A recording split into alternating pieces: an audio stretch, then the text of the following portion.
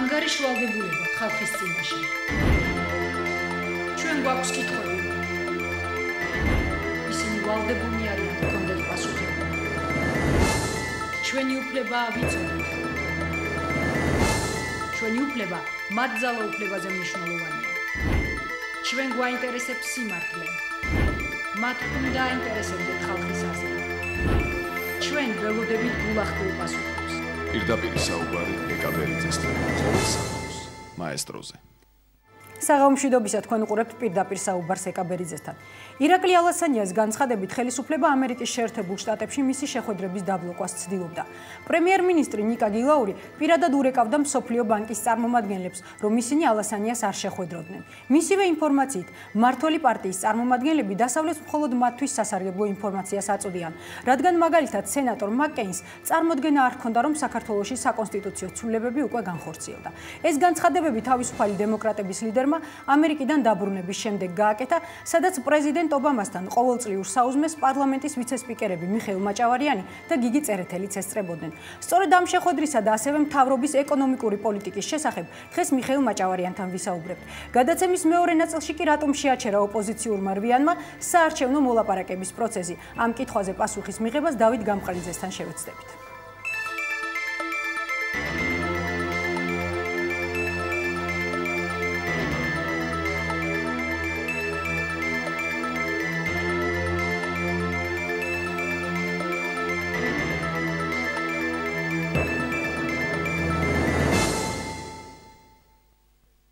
თქვენ უყურებთ პირდაპირ საუბარს მიხეილ მაჭავარიანია ჩვენი სტუმარი ბატონო მიხეილ მოგესალმებით პირდაპირ სტუდიაში.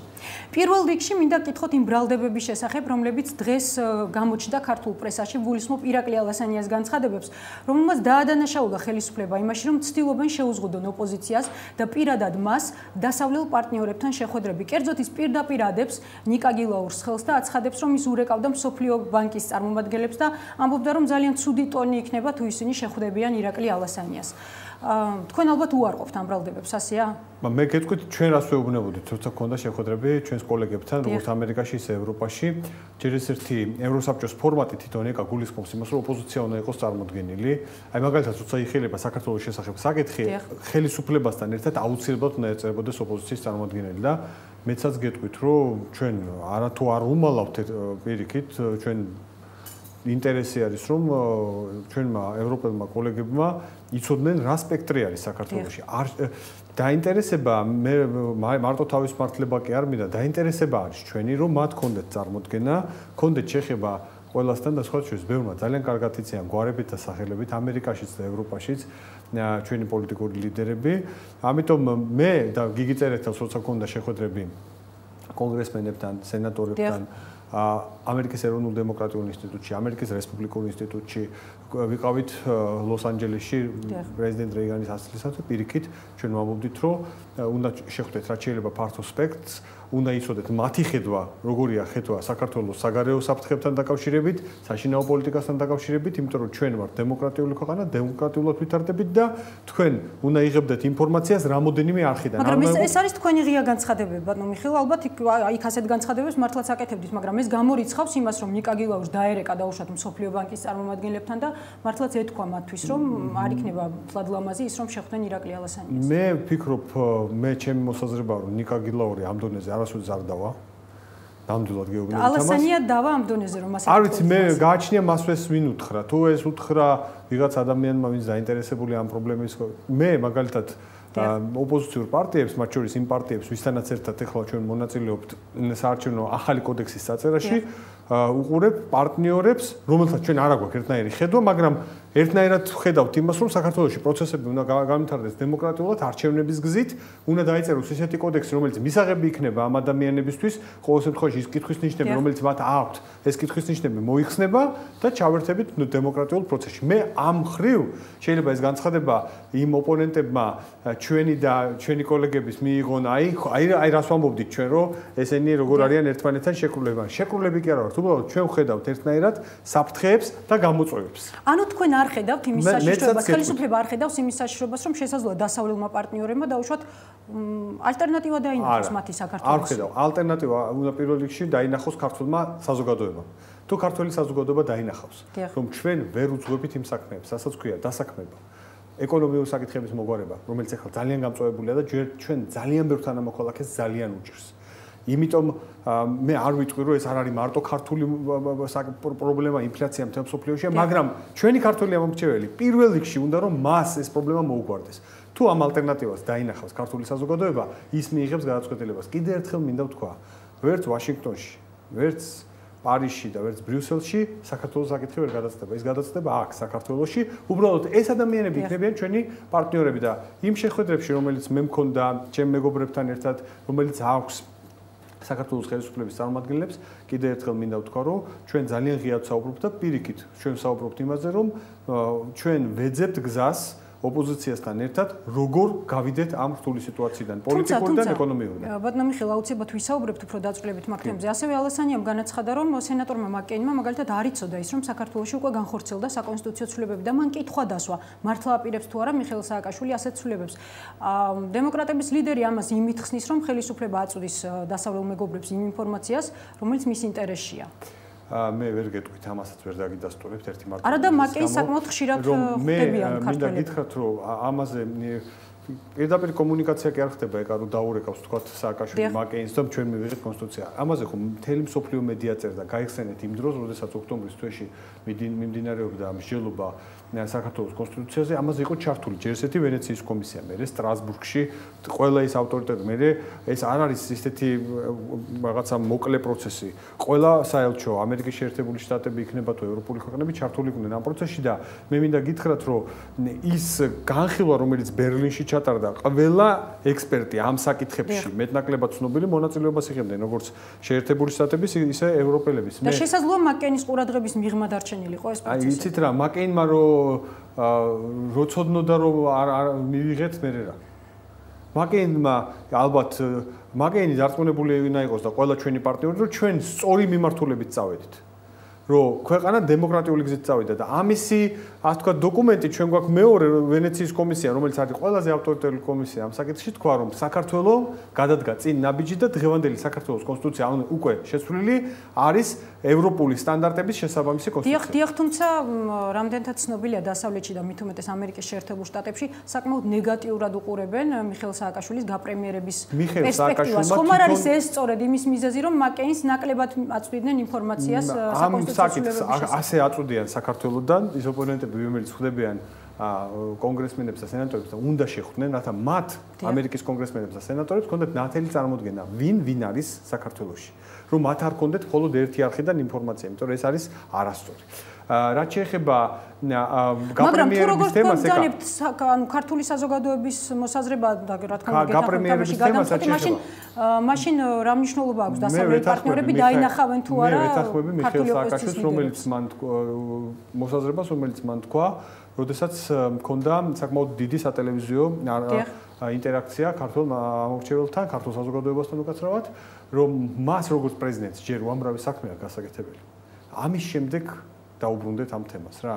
არის ის საქმეები ბოლომდე მისაყვანი, რაც სააკაშვილმა დაიწყო და მისმა გუნდმა და ჩვენს ბოლომდე უნდა მივიყვანოთ და ამაზე პირველი ინდიკატორი თუ როგორ გვაფასებს ქართული საზოგადოება იქნება 2012 წლის არჩევნები, რომელიც უნდა ჩავატაროთ ისე, რომ ყველა მთავარ პოლიტიკურ მოთამაშეს, ვისაც უნდა რომ ამ პროცესში მიიღოს მონაწილეობა, ესენი არიან ალასანიას პარტია, რესპუბლიკელები, მემარჯვენეები, ქრისტიან-დემოკრატები, ეროვნულ დემოკრატები, მრეწველები, ვინც მონაწილეობს ამ პროცესში, კონდეს იმისი განცდა, რომ საარჩევნო კოდექსი არის ის თამაშის წესები, რომელზეც შეთანხმების შემდეგ შეიძლება დემოკრატიული არჩევნები. ანუ რა ხმაც ჩავარდა, ის ხმა მიიღო და ეს ხმა არ დაიკარგოს არც ერთი. ამიტომ მე მიმაჩნია, რომ ამ საკითხთან დაკავშირებით, რასაც თქვენ ხალბრძანეთ, არის უკუღმა ინტერაქცია, ანუ ფილისთან ჩასული ადამიანები უყურებენ, ამახვილებენ ამ საფრთხეზე ყურადღებას, რომ ჩვენ მივიღეთ კონსტიტუცია, რომელიც არის დემოკრატიული, რომელსაც ვერავინ ვერ ამბობს საქართველოში, რომ არადემოკრატიულია, იმიტომ რომ ისეთმა მაღალი სტანდარტების კომისიამ, როგორც არის ვენეცია, რომელიც არის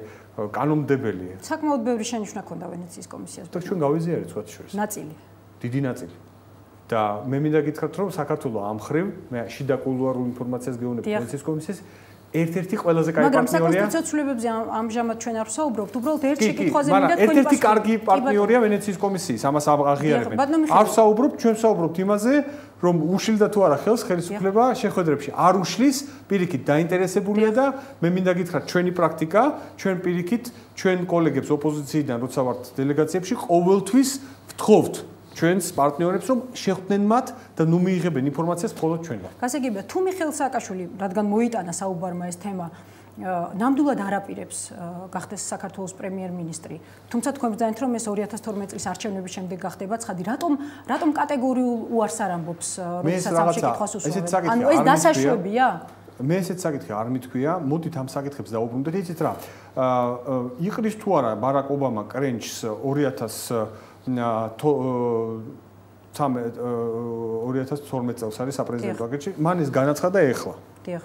ანუ მან 2 წლის განმავლობაში არაფერი არ ეთქვა. მაგრამ არიან პოლიტიკოსები, რომლებმაც აი დღეს ჩვენ არ ვიცით ვინ იქნება რესპუბლიკური პარტიის კანდიდატი. ისევე როგორც გიგი უგულავამ როცა წამოაყენა კანდიდატურა. მაგრამ ეს ხლარაზეც თქვენ საუბრობთ, ეს და მიხეილ სააკაშვილის გაპრემიერება, რასაც რუსულ მოდელს უკავშირებენ, როგორც ერთი და იგივე წონის საკითხია. ესეც ის კლიშეა, რომელიც ჩვენი ოპონენტები ცდილობენ დაამკვიდრონ ამ საკითხის დისკრედიტაციისთვის და მე აი კიდე ერთხელ მინდა, მე მგონი არ ვიყენებ არანაირ პოლიტიკურ ტექნიკას, რომ არ გაგცეთ პირდაპირ პასუხს. პირიქით, გცემთ პირდაპირ პასუხს. ეს არის დამოკიდებული იმაზე, რამდენად წარმატებული იქნება მიხეილ სააკაშვილი. ანუ ეს დასაშვებია. ჩვენი ქართული კანონმდებლობით ეს დასაშვებია, მაგრამ ამ საკითხზე მსჯელობა დაიწყება მხოლოდ მას შემდეგ, თუ ქართული საზოგადოება ჩვენ დავარწმუნებთ, რომ მიხეილ სააკაშვილი როგორც პრეზიდენტი არის წარმატებული პრეზიდენტი და ის რაც დაპირდა აკეთებს. კონსტიტუციაში ჩვენ კოლეგებს უნდათ ამის ჩაწერა, პირდაპირ გეტყვით და ქონდათ ამაზე საუბარი.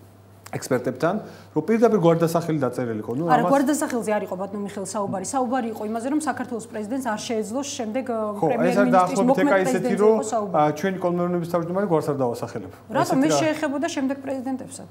ნუ რატო უნდა შევზღუდოთ ადამიანი თუ ის წარმატებულია? თუმცა ვენეციის კომისიის წარმომადგენელმა ჩემს ეთერშიც განაცხადა, რომ ამის ასეთი ჩანაწერის გაკეთების უფლება ნებისმიერ ქვეყანას გააჩნია. უფლება აქვს, მაგრამ არ არის რომელიმე ქვეყანა ანუ ეს არ არის აკრძალული და რაც აკრძალული არ არის დაშვებული. გისახელოთ რომელიმე ქვეყანა სადაც ეს წერია. არა, კონკრეტულად ასეთ ქვეყანა ნამდვილად არ დასახელებულა და სხვა შორის ითქვა ის რომ ასეთი პრეცედენტი არ არის, თუმცა ეს არ არის აკრძალული ისე. მოდით ჩვენ ასე ვთქვათ რა, თუ მე ჩვენი ოპონენტების მოვიშველიებ, თუ მათ არ მოწონთ პრეზიდენტ სააკაშვილი და სამთავრობო გუნდი და მიაჩნიათ რომ ჩვენ ვართ ასე ვთქვათ ცუდი ხელისუფლები, მათთვის ეს გაცილებით ადვილია რომ მოგვიგონ არჩევნებში.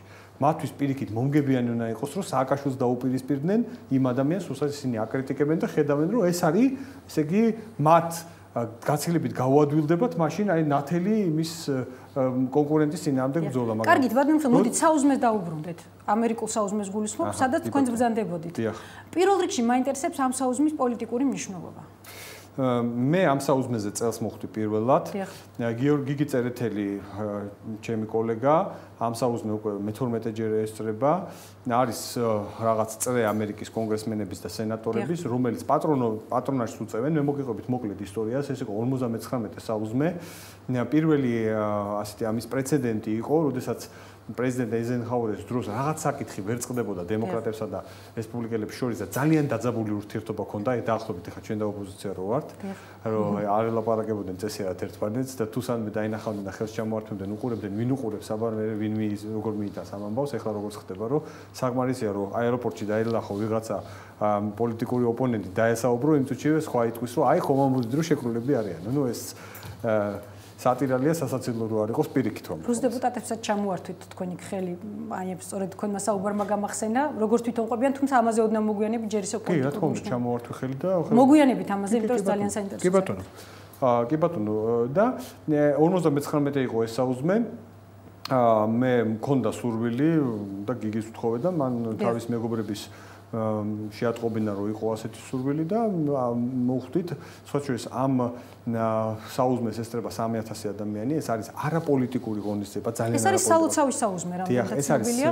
და სხვა შორის რელიგიური და სექსუალური უმცირესობების პროტესტს იწვევს ეს საუზმე. ხო, არაპოლიტიზირებული, ხო, ანუ ეიზენჰაუერის დავამთავრებ, მე შეხვდნენ ეს რესპუბლიკელები და დემოკრატები ერთმანეთს, ისაუზმეს ერთად, ილოცეს ერთად და ის საქმე გამოვიდა.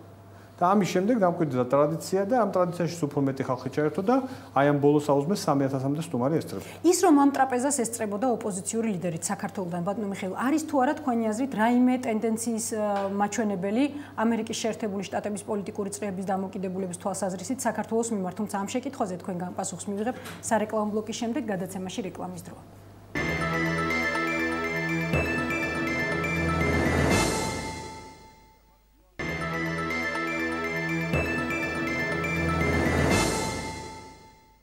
თქვენ უყურებთ პირდაპირ საუბარს, მიხეილ მაჭავარიანია ჩვენი სტუმარი. ბატონო მიხეილ, გავიმეორებ შეკითხვას.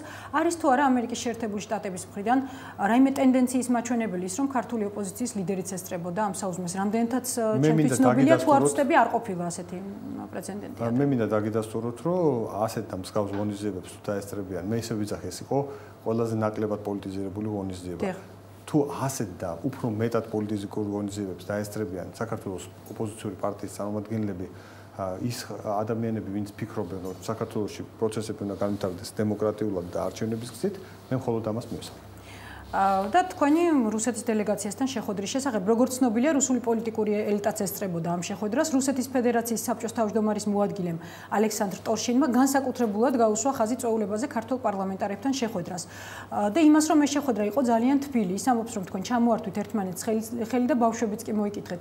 მე მაინტერესებს თქვენი ვერსია ამ შეხვედრის. კარგია რომ ბატონ ტორშინს ეს უნდა წარმოაჩინოს და ეხლა ალბათ მოდაშია რუსეთში თორე წარმომიდგენია ალბათ 2 წლის წინ ამას როგორ იტყო და არც ერთ საინფორმაციო საშუალება არ გაუშვებდა. ბუკვალურად ხდებოდა შემდეგი, როდესაც დამთავრდა საუზმე და მე და გიგი დავიძარით ერთ-ერთი სენატორთან შესახვედრად წინასწარ ვიყავით შეთანხმებულები რომ გვესაუბრა. შევხვდით ერთმანეთს ტორშინს და რუსეთის დელეგაციის წევრებს, რომელსაც აშკარად არ გაუხარდა გიგის დანახვა, მინდა პირდაპირ გითხრათ. ანუ არ იყო ასეთი თბილი შეხვედრა? არა, ვერ ვიტყოდი ეს თბილი შეხვედრა იყო. მანამდე ბატონი ტორშინი 2008 წლის ომამდე ჩამოსული იყო საქართველოში და ოჯახთან ერთად და მქონდა ყველანაირი შეხვედრები და აღფრთოვანებული იყო, სხვა შორის მშენებარე სიღნაღშიც იყო ჩასული და ვერ მალავდა თავის აღფრთოვანებას, რომ საქართველო, რომელიც რუსეთისთვის იქნებოდა, ესე იგი საკმაოდ ჩამორჩენილი ქვეყანად, როგორ ვითარდებოდა წინ. ეს ჯერ კიდე გია ნაცვლიშვილი იყო გუბერნატორი, აი ეს პერიოდია, ვერ ვიხსენებ ზუსტი წელი რომელია. და მე ძალიან ხანმოკლე შეხვედრა იყო სხვა შორის და რაც მე თვითონ დავაფიქსირო რომ თვითონ გაურბოდა ამ შეხვედრას და თვითონ დააფიქსირო ალბათ თქვენ არ გაგიხარდათ ეხლა ჩემი დანახვა. ანუ ოჯახების მოკითხვა არ ყოფილა? არა, გავაგრძელებ შეიძლება ქრონოლოგიურად. ჩემი მე და გიგის გარდა იქ რუსი დეპუტატებიც ესწრებოდნენ ამ საუბარს.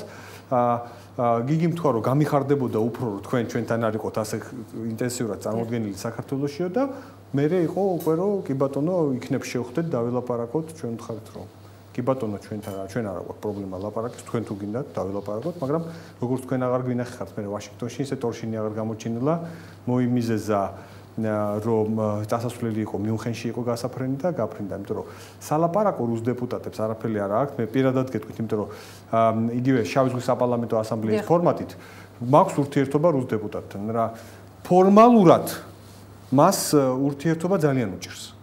არაფორმალურად კი პირდაპირ გეუბნება, რომ მართლა ძალიან ძიმე მდგომარეობაში ვარ. სალაპარაკო საქართველოსა და როგორც ჩვენ ავართ ახლა დარწმუნებულები, რომ აი სიმართლით რო აწვევი, ან თქო, ბოდიში ამ ჟარგონისთვის, რომ რატო ხართ საქართველოში, რატო გაქვთ ოპიკურები, რას აკეთებთ ცხინვალში.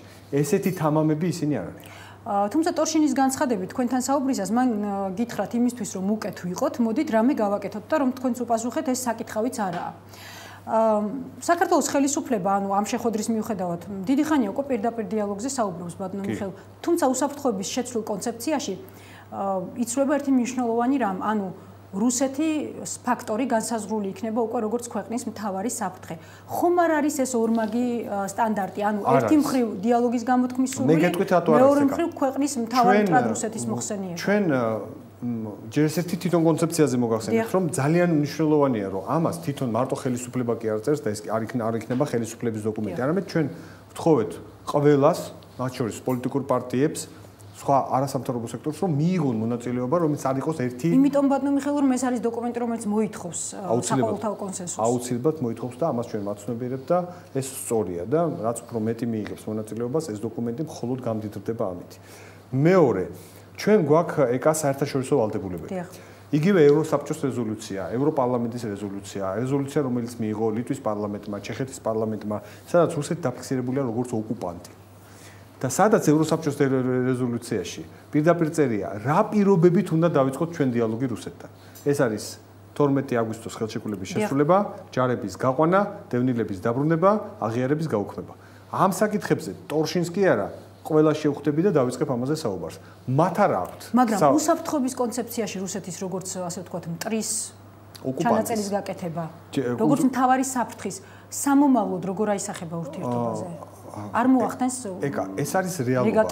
ჩვენ ახლა რეალობას თვალი არ გაუსწორებთ და არ ვთქვათ, რომ თქვენს უკან ფონი წითელია?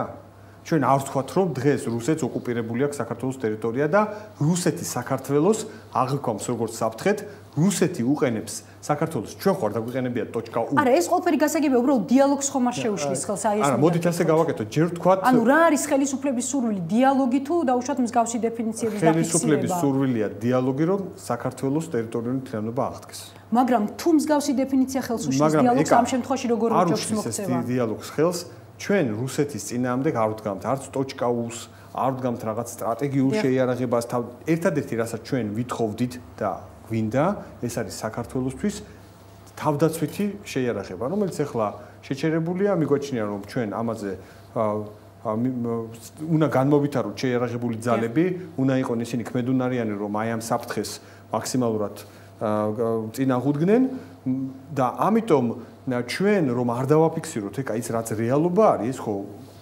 თუ მოდი ასე ვთქვათ, თუ ადამიანი რაღაცა ჭირს და თუ გამოკვლევამ არაჩვენა ზუსტად დიაგნოზი. როგორ უნდა განმოკლება? გასაგებია, თქვენ ფიქრობთ, რომ ამის ფიქსირება არ შეუშლის? ისე როგორც აი მე ხა სპეციალურად წამოვიღე, დოკუმენტი ძალიან დიდია, 45 გვერდია პროექტი და არ წამოვიღე მთლიანად, მაგრამ წამოვიღე დოკუმენტის სარჩევი, სადაც თქვათ არის ცალკე თავი ურთიერთობა რუსეთის ფედერაციასთან. იგივე არის გამოყოფილი უკრაინა, თურქეთი, რეგიონის თანამშრომლობა, გაერთიანებული ერების ორგანიზაცია, ევროპის საბჭო, ანუ ამ ეკონომიკას უნდა შევეხოთ. კი ბატონო, მაგრამ აი ამ დოკუმენტში რომ არ იყოს ცალკე თავი რუსეთი, ეს იქნება გაუგებარი. გასაგებია. ბატონო მიხეილ, მოდით ეკონომიკურ საკითხებზე გადავიდეთ. რაც არის ყველაზე მტკივნეული დღეს საქართველოსთვის, როგორც ცნობილია, იქნება სპეციალური ფონდი, რომელმაც გარკვეული ეკონომიკური პროექტების განხორციელებას უნდა შეუწყოს ხელი. პირველ რიგში მაინტერესებს, ვინ და რის მიხედვით დააფინანსებს ამ პროექტებს? ანუ ვინ უნდა გააკეთოს არჩევანი? პირველ რიგში რაც არის რომ ბიუჯეტის ხარჯები არ გაიზრდება. ეს არის ანტიინფლაციური ერთ-ერთი ღონისძიება, რაზეც ჩვენი ოპონენტები გვაკრიტიკებდნენ, ახლა ბოლოს მქონდა არაპირდაპირ დებატები, კვესიტაძე იყო შუაში, ესე ვთქვათ, პირდაპირ ვერ ვესაუბრებოდით, მაგრამ აი კოლეგები იგივე მემარჯვენეები, რესპუბლიკელები ამბობენ, რომ რას აკეთეთ ანტიინფლაციურად.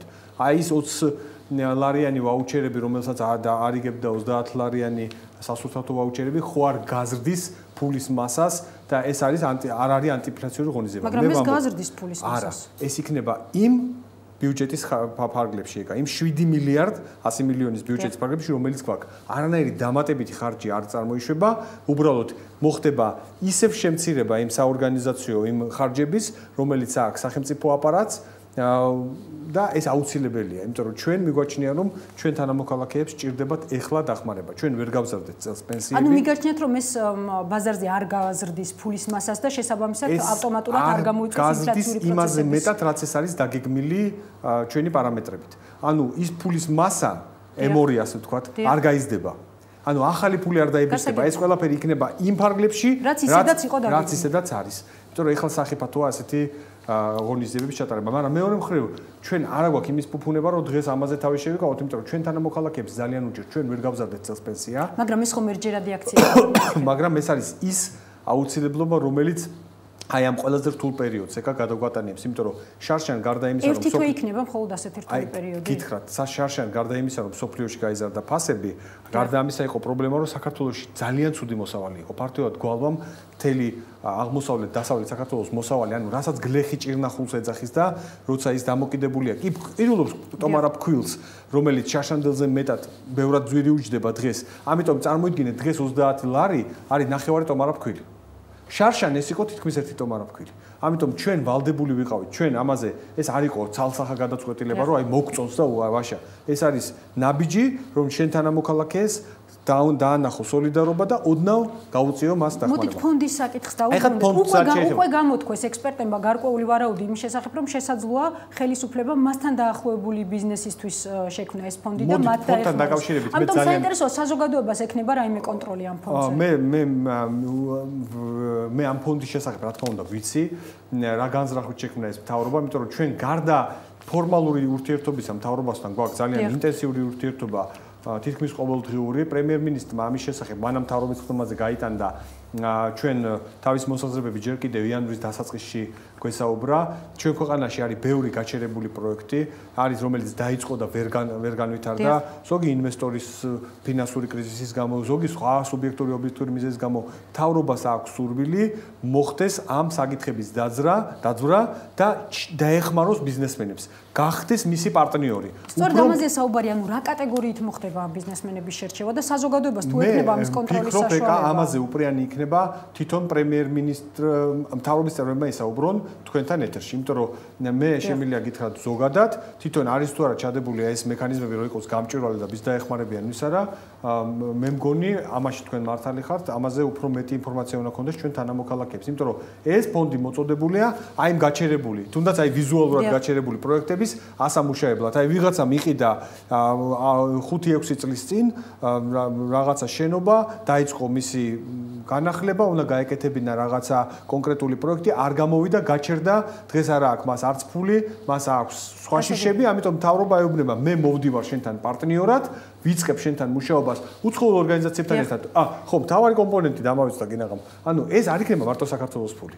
ეს იქნება უცხოელი პარტნიორების, ანუ იგივე შეიძლება იყოს EBRD ჩართული, იგივე შეიძლება მსოფლიო ბანკი ჩართული, რომელთანაც ერთად ვიმუშავებ და ეს არის უკვე გარანტია, რომ იყოს გამჭვირვალე, ტრანსპარენტული, თუმცა აქვე დავამატებ, რომ რასაც თქვენ ამბობთ, კრედიტი იქნება ეს ბატონო მიხეილ, რაც შეეხება EBRD-ს და სხვა უცხოურ. დამატებითი ვალი. ეს იქნება ისევ გეუბნებით, აი ცუდია რომ არ წამოვიღე ეს ცხრილი და მე როცა შემდეგი დებატებზე მომიწევთ, აუცილებლად წამოვიღებ, რომ არ იყოს ამ თემაში შეეხო ამ ვალებთან დაკავშირებით. ვალი ბიზნესისთვის, ისე როგორც ქვეყნისთვის ნორმალური ვითარებაა. მე უბრალოდ წამოგიღებთ შედარებებს. გეთანხმებით, ხშირად ვალი დაფინანსება უფრო იაფიც ჯდება ბიზნესის, მაგრამ ამ შემთხვევაში, როდესაც სახელმწიფო იღებს სულს, მე მგონი ცოტა სხვაგვარად. წამოვიღებ იმ მონაცემებს, რომელიც ჩემის აზრით თქვენს მაყურებელს და თქვენს პირადად მოგცემთ იმის განცდას და გარანტიას, რომ საქართველოს დღეს არ არის ისეთ სახიფათო მდგომარეობაში, როგორც ამას გასაგებია, მაგრამ აი ამ კონკრეტულ ვალზე ვინ უნდა გაისტუმროს, ანუ ბიუჯეტმა, ანუ მოსახლეობის ჯიბემ თუ იმ ბიზნესმა, რომელსაც დააფინანსებს ეს პროექტი არის განხილვის ფაზაში, ეს არის იდეა, რომელიც მთავრობამ გაუჭირა მხარი, ეხლა დაიწყება ამის ფორმირება, დაიწყება მოლაპარაკებები საერთაშორისო ორგანიზაციებთან და მე დარწმუნებული ვარ, რომ არ გეტყვით თქვენ უარს მთავრობის წევრები, პრემიერ-მინისტრის აპარატი თუ ფინანსთა სამინისტრო უფრო კონკრეტულად გესაუბროთ, როცა დაიწყება, მაგრამ მე უარს გვეუბნებიან და თქვენი იმედი მექნება დახმარების. მე მაშინ ნამდვილად მოვალ და პირადად გავერკვევი უკეთესად და პირადად გაგცემთ პასუხს და მოვიტან იმ ცხრილს, რომელიც დაგარწმუნებთ, რომ საქართველოს დღეს ბევრად უფრო უკეთეს მდგომარეობაშია, თუნდაც საგარეო ვალების თვალსაზრისით, ვიდრე ჩვენი მეზობელი ქვეყნები. და ბატონო მიხეილ 30 ლარიან ვაუჩერს მინდა სასურსათო ვაუჩერს დაუბრუნდო და თუ არის გადაწყვეტილი რა თანხა იქნება გამოყოფილი? ჩვენ ვარაუდობთ ამ ეტაპზე 30 მილიონ ლარს. დაახლოებით ეს არის მილიონ ოჯახზე გათვლილი. ანუ ისევე როგორც დენის ვაუჩერი. დიახ, დენის ვაუჩერიც მოხდა გადათვლა ფაქტიურად იმ ოჯახებზე, ვინც ქმედუნარიანია, თუმცა არ გამოვრიცხავ რომ მოხდნენ ისეთი ოჯახებიც, რომლებიც არიან, მაგრამ აი ამ ვერ ჩაჯდნენ იმ მარჟაში, გადახდის მარჟაში, მაგრამ თითეული ასეთი ოჯახი იქნება ინდივიდუალურად განხილული და არავის უარს არ ეტყვიან ამასთან დაკავშირებით, იმიტომ რომ ჩვენთვის თავარი ამოცანა იყო, რომ აი დაკეტილი სახლები, იქ ვიღაცა არის თქვათ, სადღაც არა თბილისში მიწერილი, რომ არ მოხდელიყო ტყუილი. მაგალითად მე თბილისში ცხოვრობ და სოფელშიც მაქვს. ანუ ორი ვაუჩერი არ მოსულიყო, მოსულიყო ერთი თბილისში და ერთი ჩემ სოფელში. ეს იყო. და ბატონო მიხეილ, ჩვენი საუბრის ბოლოს პრეზიდენტმა როდესაც პარლამენტში წარდგა ანგარიშით და მას მოუყვანეს მეზობელი ქვეყნების მაგალითები ინფლაციის მაჩვენებელს გულისხმობ, რატომღაც 3-წლიანი ციკლით გადათვალა ეს მაჩვენებელი. ეკონომიკაში 3-წლიანი ციკლი ცნობილია რომ არ არსებობს, არსებობს სხვა 11-წლიანი ციკლურობა, მაგრამ ინფლაცია ამ წესით არ ითვლება. რატომ 3 წლიანი? იმიტომ რომ საქართველოსთვის სასარგებლო სურათი არა, ეს დოკუმენტი მას მიაწოდა ფინანსთა სამინისტრომ და მე დაგარწმუნებთ, რომ ფინანსთა სამინისტრომ მიაწოდა, იმიტომ რომ ესეთი მაჩვენებელი როგორც ჩანს ითვლება. იმიტომ რომ ვერ დაგეთანხმებით მაგაში. ნუ ახლა თქვენ არ ხართ ექსპერტი, რომელიც ვერ დამეთანხმება. მე შემიძლია ანუ გააჩნია თქვენ ვის უძახით ექსპერტი. ამაში ჩვენ ვერასდროს ვერ შევთანხმდებით. ვისაც თქვენ უძახით ექსპერტს, ჩემგან ეს ადამიანები შეიძლება ექსპერტები არიან, მაგრამ სხვა საკითხებში. ბარონ მიუნჰაუზენიც ექსპერტი. ანუ 3 წლიანი ციკლით ითვლება ინფლაცია და აქვს ასეთი ინფორმაცია თქვენ? არის ითვლება 1 წლიანი ციკლით, არის 3 წლიანი ციკლით და მით უმეტეს როცა საქმე შეეხება 2008 წლის შემდგომ პერიოდს, ანუ კრიზისულ პერიოდს, შეიძლება იყოს ასეთი ციფრაც. შეიძლება იყოს მოყვანილი 1 წლიანი ციკლი, მაგრამ შეიძლება იყოს უფრო მეტი დინამიკისთვის მოყვანილი 3 წლიანი ციკლი. მე ამაში ვერაფერს ისეც ვერ ხედავ. დიდი მადლობა. წამოსაძახებას. პირიქით მადლობთ. მადლობა. მიხეილ მაჭავარიანი იყო ჩვენი სტუმარი გადაცემაში რეკლამის დრო. რეკლამის შემდეგ დავით გამყრელიძესთან ერთად დავბრუნდებით.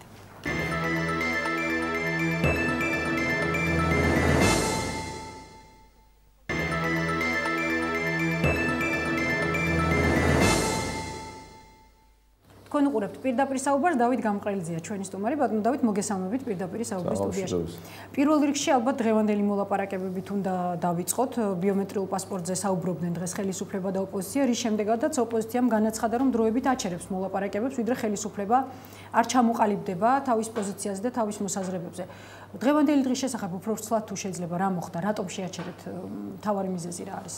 მე არ ვიცი, მე მგონი არასწორი ინტერპრეტაცია, არა ოპოზიციამ შეაჩერა ეს მოლაპარაკებები, არამედ ხელისუფლებამ აიღო კიდევ ერთხელ ტაიმ-აუტი, უკვე მე რამდენჯერ ხელისუფლება ვერ ყალიბდება. ანუ ხელისუფლების ინიციატივა იყო მარტამდე შეჩერება. რა თქმა უნდა, ხელისუფლებამ მოიმიზეზა ბატონი პავლე კუბლაშვილის აქ არ ყოფნა, მოუმზადებლობა, მათ მხოლოდ რაღაც ზეპირი ინფორმაციით მოიტანეს თავიანთი პოზიცია იგივე. თუმცა საკმაოდ დიდი დრო ჰქონდათ მოსამზადებლად, შესვენება იყო საკმაოდ. გეთანხმებით, დიდი დრო იყო პრაქტიკულად წლის ბოლოს, 2010 წლის ბოლოს ოპოზიციურმა რვიანმა და სხვა ოპოზიციურმა პარტიებმა, ვისაც ჰქონდა თავის შეხედულება, ყოველ შემთხვევაში ოპოზიციურმა რვიანმა სრულად მოახდინა პრეზენტაცია საკუთარი შეხედულებებისა. ჩვენ წარმოვადგინეთ ყველა ის მთავარი პრობლემა, რომელიც მიგვაჩნია არის გასასწორებელი და რომელიც გავლენას ახდენს არჩევნების შედეგებზე და ველოდებით კარგი ხანია უკვე ხელისუფლების პოზიციას. მე მგონი მაინც არის ის პრობლემა, რომ თავად სახელმწიფო გუნდი ერთმანეთში ვერ ყალიბდება.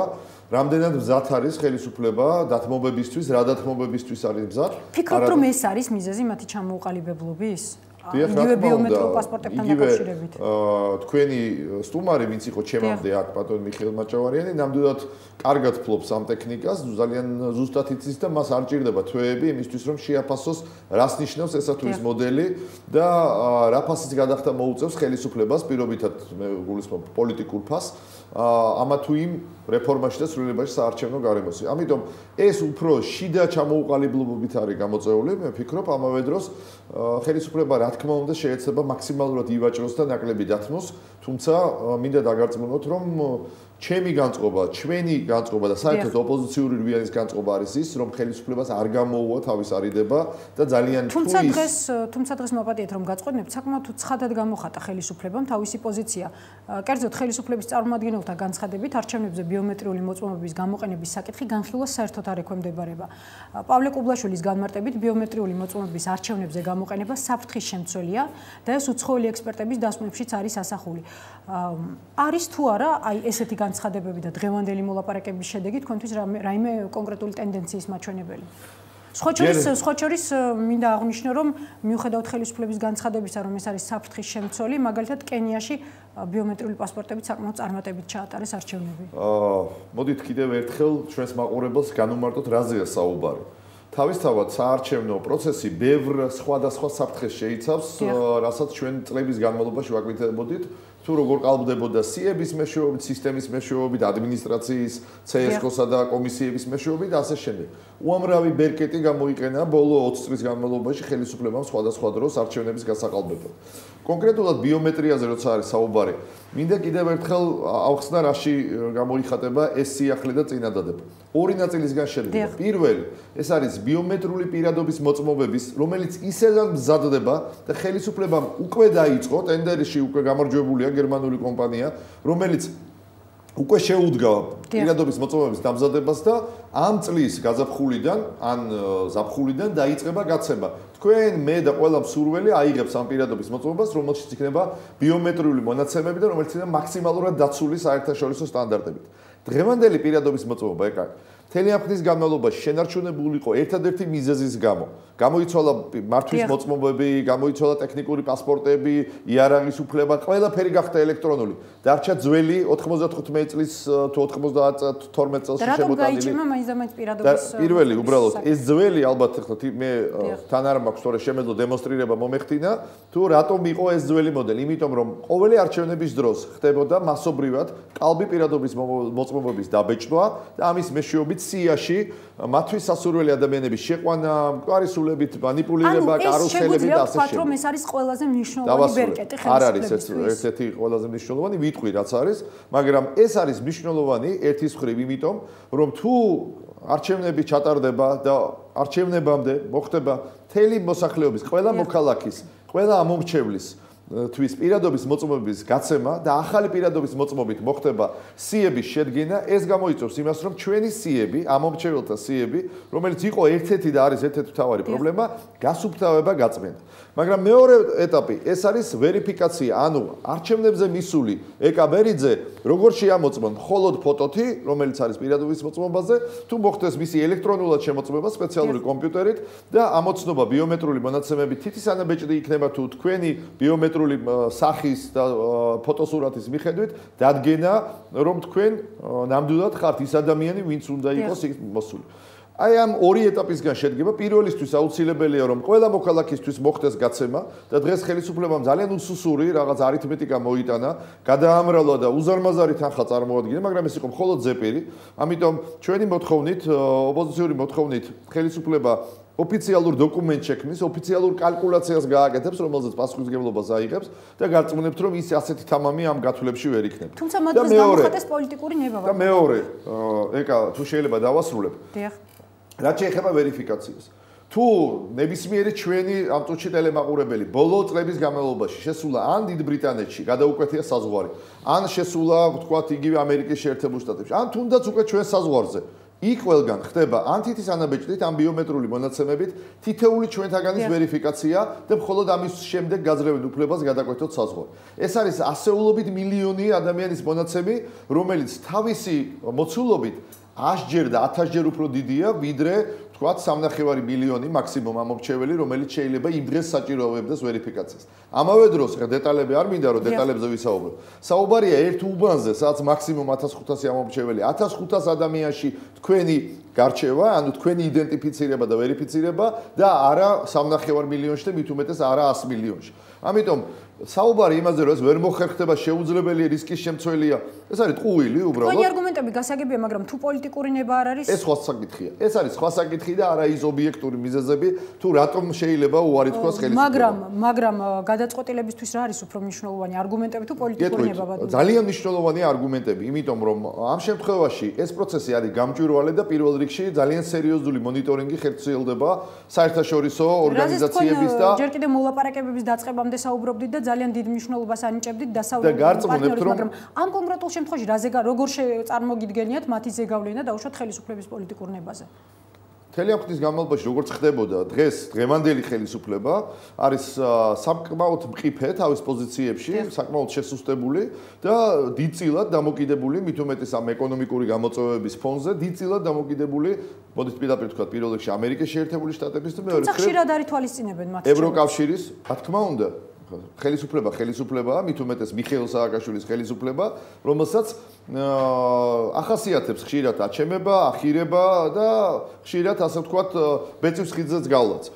მე ვამბობ და უნდა დაგიდასტუროთ, რომ არსებობს თეორიული შანსი, რომ ხელისუფლებამ იგნორირება მოახდინოს ოპოზიციის შეთავაზებებისა და ოპოზიციური წინადადებებისა, ძირითადად მე ამ შემთხვევაში რვიანის წინადადებებზე ვისაუბრებ, მაშინ როდესაც საერთაშორისო საზოგადოებამ და დასავლეთმა საქართველოს ხელისუფლებას უთხრა, ჩვენ არ დაგიდგენთ როგორია სტანდარტები კარგი საარჩევნო გარემოსი. რაზეც თქვენ შეთანხმდებით, რაზეც იქნება კონსენსუსი თქვენ შორის, ის იქნება ჩვენთვის მისაღები. ანუ დღეს ოპოზიციას აქვს პრაქტიკულად ხელისუფლების და ხელისუფლების მიერ ჩატარებული არჩევნების ლეგიტიმაციის გასაღები. მაგრამ ხელისუფლება როგორც დღეს გამოჩნდა დიდი სურვილით არ იწვის რომ მოგწევა მის საშუალება. არავის არ აქვს იმის ილუზია. იმ შემთხვევაში თუ მოდით ამ კონკრეტულ საკითხზე ვისაუბროთ, ბიომეტრიული პასპორტების თვალსაზრისით არ გაითვალისწინეს თქვენი სურვილი და დარჩა ისევ ძველი სისტემა. რა შვება ამ დროს ოპოზიცია?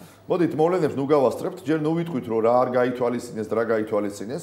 შეთანხმება ასეთია რომ თვის ბოლომდე 28 თებერვლამდე ხელისუფლებამ წერილობით უნდა წარმოადგინოს ყველა საკითხთან დაკავშირებით თავის პოზიცია, ან წარმოადგინოს რომ პოზიცია არ აქვს, ან არ ეთანხმება, მაგრამ ეს არის მნიშვნელოვანი რომ კაფეო გახდეს მთლიანად კომპლექსურად როგორ ხედავს ხელისუფლება ახალ საარჩევნო გარემოს, რა დათმობებზე მოდის და რის შენარჩუნებას ცდილობს. და ამის შემდეგ იქნება ოპოზიციას თავისი ქმედებების გეგმა. რა თქმა უნდა, ამის შემდეგ იგივე ჩვენ რვიანის ფორმატში დავსხდებით, ვიმსჯელებთ და ჩამოვაყალიბებთ ჩვენს შეხედულებებს, ჩვენს პოზიციას, ჩვენს დამოკიდებულებას მათ შემოთავაზებას. გასაგებია, ბატონო დავით, დრო არც ისე ბევრი გვაქვს და აუცილებლად მინდა უსაფრთხოების კონცეფციაზე ვისაუბროთ. ბოლოს უბრალოდ ერთი რამ უნდა ითქვას.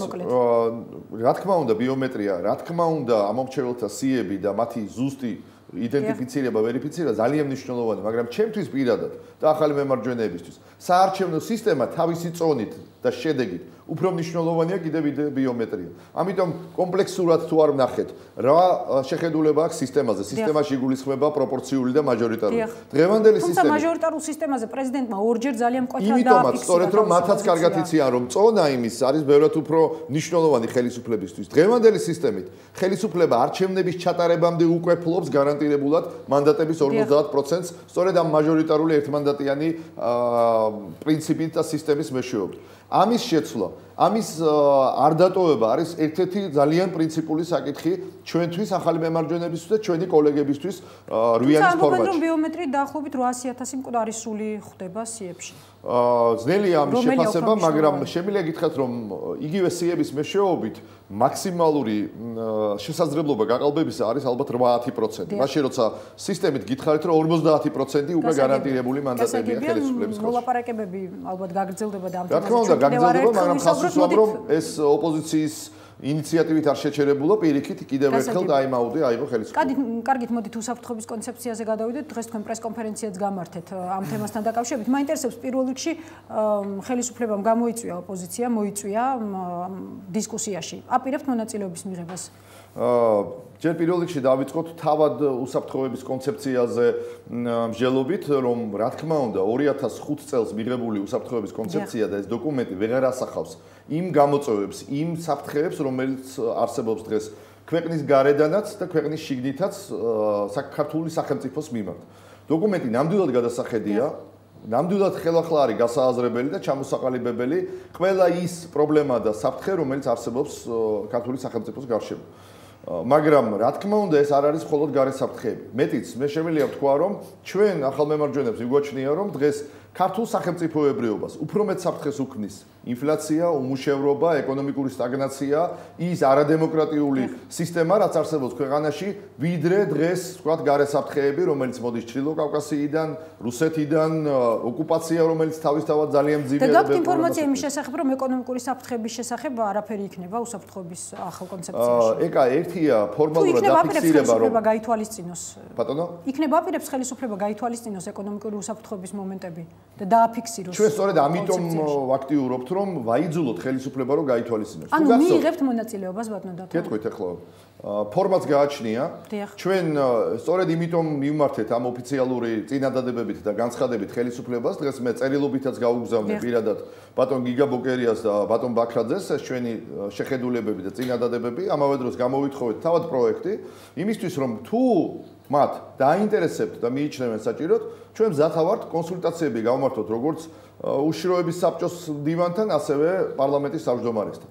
რაც შეეხება ასევე არსებობს ფორმატი, ინტერპარტიული ფორმატი, როგორც თქვა, საარჩევნო კოდექსთან დაკავშირებით მიმდინარეობს მოლაპარაკებები, სადაც არიან ოპოზიციური პარტიები, არის ხელისუფლება და მიმდინარეობს, ასე ვთქვათ, მოლაპარაკებები კონკრეტული საკითხების გარშემო. რაც შეეხება პარლამენტში პარასკევს ჩასატარებელი კომიტეტის ხდომა, ეს ნამდვილად არ არის ის ფორმატი, სადაც ოპოზიციურ პარტიებს, არასაპარლამენტო პარტიებს შეუძლიათ ჩართვა. ჩვენ არა ვართ პარლამენტში წარმოდგენილი, ეს არის წმინდა საკომიტეტო მოსმენა, სადაც მხოლოდ ასე ვთქვათ, სათათბირო ხმის უფლებით დასწრება იქ არ დაგიძახეს თქვენ? ბატონო? არა, დაგვიძახეს, მაგრამ ჩვენ არ ვაპირებთ ამ პროცესში ჩართვას ამ ფორმით. რატომ? იმიტომ რომ ფიქრობთ, რომ იქ თქვენ ხმას რეალურად ვერ დააფიქსირებთ. რა თქმა უნდა, ეს ის ფორმატი არ არის, სადაც თავისთავად ამ საკითხზე ჰქონდათ ექსპერტებთან კონსულტაციები, მაშინ ექსპერტების დაეპატიჟებინათ საკომიტეტო მოსმენაზე და ასე ყველა ნებისმიერი მხარე არსებობს სხვადასხვა ფორმატები, რა ფორმატშიც უნდა მოხდეს ამ დოკუმენტის განხილვა. ანუ ის განხილვა. რომ ხელისუფლებამ დაუძახა არასაპარლამენტო ოპოზიციასაც იმისთვის, რომ ჩაერთონ უსაფრთხოების კონცეფციასთან დაკავშირებულ დისკუსიებში. რას ნიშნავს? იმას, რომ ნამდვილად აპირებენ და მნიშვნელობა აქვს მათთვის თქვენს მოსაზრებებს თუ იმას, რომ ეს დოკუმენტი თავისი ბუნებიდან გამომდინარე მოითხოვს რაც შეიძლება ფართო კონსენსუსს. რა არის მათი მიზანი კონსენსუსის დაფიქსირება თუ რეალურად ოპოზიციის წინადადებების გათვალისწინება? იცით, მოდით ესე ვთქვათ, ბევრად უფრო დიდ კონსენსუსს ითხოვდა კონსტიტუცია, მაგრამ მაინც მიუხედავად იმისა, რომ ჩვენ ჩავატარეთ რიგი კონსულტაციები თუმცა საპარლამენტო კონსენსუსს მიაღწიეს კონსტიტუციასთან. საპარლამენტოს მიაღწიეს, მაგრამ ვერ მიაღწიეს ზოგად კონსენსუსს კონსტიტუციის გარშემო. მე მეეჭვება, რომ ძალიან მაღალი კონსენსუსის მიღწევა კონდეს მიზნად დღეს ხელისუფლებას. უფრო ალბათ მაშინ რატომ დაგიძახეს? ალბათ ყოველ შემთხვევაში დემოკრატიულად რომ წარმოჩინდეს ეს პროცესი და შეიძლება ვიღაცამ გვისაყვედუროს კიდევაც რომ რატო იღებთ თქვენ მონაწილეობას, მაგრამ მინდა დაგარწმუნოთ რომ დღეს ოპოზიციის როლი არის არა ის რომ ჩვენ პოზაში ვიდგეთ და მხოლოდ ვაკრიტიკოთ, არამედ ის რომ პირველ რიგში ჩვენს მოქალაქეებს, საზოგადოებას, საერთაშორისო საზოგადოებას და ხელისუფლებასაც დავანახოთ ალტერნატიული გზა პრობლემების მოგვარებისა. გავაკეთებინოთ სწორი აქცენტი იმაზე თუ რა არის მთავარი პრობლემა, რა არის მთავარი საფრთხე ქართული სახელმწიფოს. და მინდა გითხრათ რომ ეს არ არის უშედეგო. ეკა გაგახსენებთ მე რომ როდესაც სააკაშვილმა ჩაატარა რაღაცა ღია პრესკონფერენცია თუ რა არის საუბარი დიალოგები ხალხთან, მაშინ იგივე ინფლაციაზე თქვა რომ ჩვენ არა გვაქვს ბერკეტები, ეს არის რაღაც საგარეო ფაქტორების მსოფლიო ინფლაცია, ჩინელებს მადა გაეზარდათ, ბენზინის ასხამ გახსოვთ ხო? თუმცა შემდეგ პარლამენტში გამოსვლისას ჟურნალში არ ბილა. ამის შემდეგ იყო თქვა იგივე ახალი მემარჯვენეების ძალიან კონკრეტული წინადადებები ინფლაციასთან დაკავშირებით, სადაც ჩვენ დაჟინებით მოვითხოვდით თუ რაზე უნდა გაკეთებულიყო აქცენტი და ვამბობდით რა იყო მიზეზი. ეს იყო დეფიციტური ბიუჯეტი, ეს იყო მონოპოლიები, ეს იყო მაღალი გადასახადები, ბიზნეს ტერორი, ეს იყო სოფლის მეურნეობის იგნორირება. თუმცა მონოპოლიების არსებობა კატეგორიულად უარყოფს. მაგრამ ნახეთ, სანამ ის იქნება, ვერაფერს ვერ დააჯდება მის სიტყვებს გავიმეორებ. ეკა, თქვენ თქვით ის რაც მე უნდა მეთქვა.